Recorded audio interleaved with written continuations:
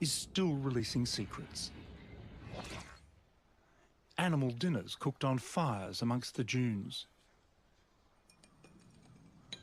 Fragments of stone tools. Relics that speak to archaeologist Nicholas Stern of distant times.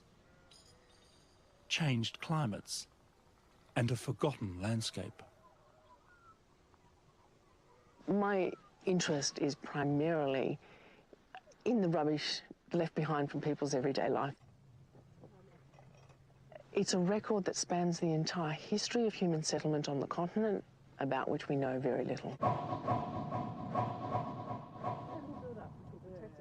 Clues left behind in the lakeside cooking fires paint a picture of lakes brimming with water and fish, fringed with trees and wildlife. A different Mungo from today.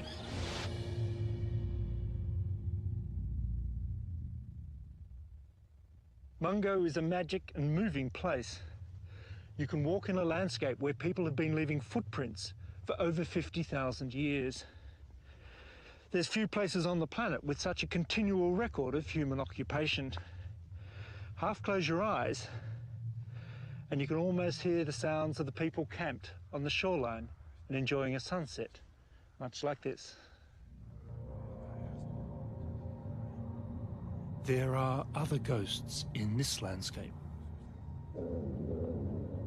Even before the first human burials here, the giant animals of the megafauna had disappeared from the continent. The timing alone suggests human involvement, but this remains a scientific cold case, hotly debated.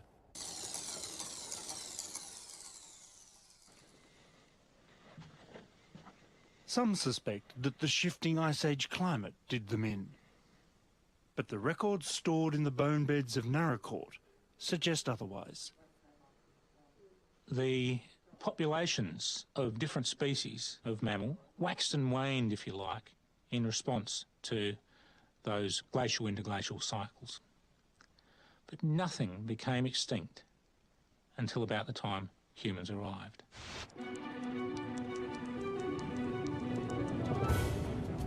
Whatever it was that killed these giant animals, a final desiccating wave of global glaciation was soon making life tough for the humans that survived them.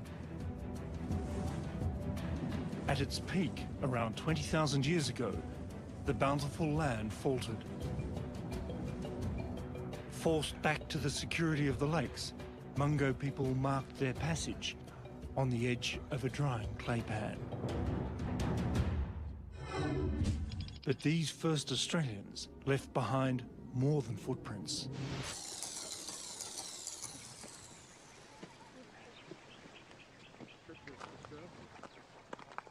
Rock shelters on the Kimberley coast hold a collection of cultural evolution extending back, it's suspected, as far as the last Ice Age. With the arrival of the first people, the story of Australia is written not only in the rocks, but on them as well. Rocks polished smooth by the rub of countless human bodies, an artwork to rival any modern gallery.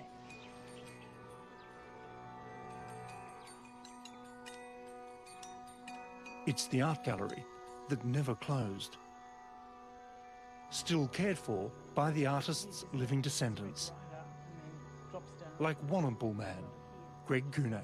Oh, hi. Hello. Greg. Hey. Hello. Welcome to Warrnambool country. Pleased to meet you. I'm so glad to be here. It's just so impressive. This is a collection of artwork that archaeologist June Ross and her team are keen to fully document and date. It is the story of Australia. It's a story of the people who were here first, but people have lived here very successfully for thousands and thousands of years, and we're very interested in knowing how they managed to do that. Recorded here are clues to how people adapted to the evolving climate. At least 3 conspicuously different styles are on display in the caverns. The oldest are slender elongated figures. They appear to be floating, almost standing on their toes like ballet dancers. The thing that fascinates me is all the different hairstyles and headdresses. This flamboyant style is then replaced by more businesslike figures. So we think something's happening to the culture at this particular time. See a lot more weapons, the barbed spears, the hook sticks.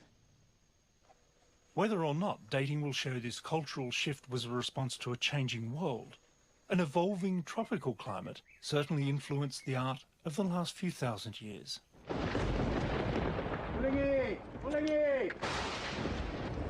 Come with respect.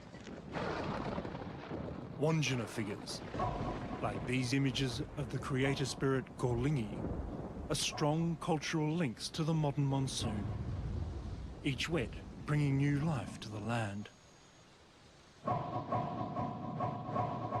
When I arrived at this site for the first time, it took my breath away.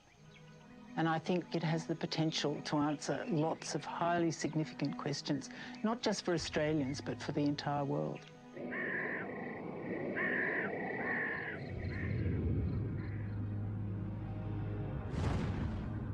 Across the country, Aboriginal Australians were witness to extraordinary change. They saw people walk to Tasmania, the last volcanic eruptions on Australian soil, and then the coming of the Europeans.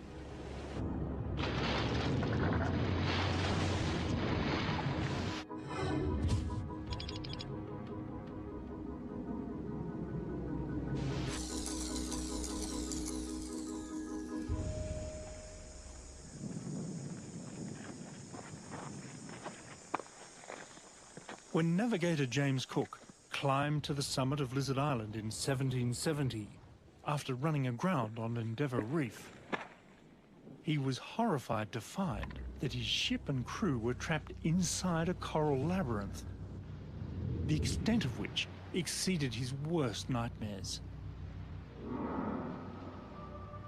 A maze of over 3,000 reefs and islands, extending over 1,200 miles along the coast.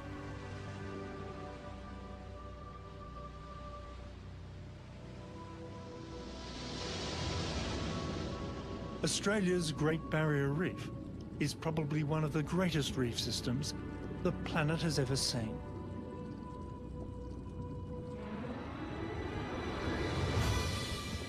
But Cook climbed up here for salvation, not scenery. He was looking for a way out. Surprisingly, if Cook had come only about 10,000 years earlier, he wouldn't have seen the reef at all. His view from the coast to the horizon would have been of dry land, because the Barrier Reef hadn't arrived yet. At the height of the last ice age, sea levels plunged over 300 feet. And the older reefs were left high and dry.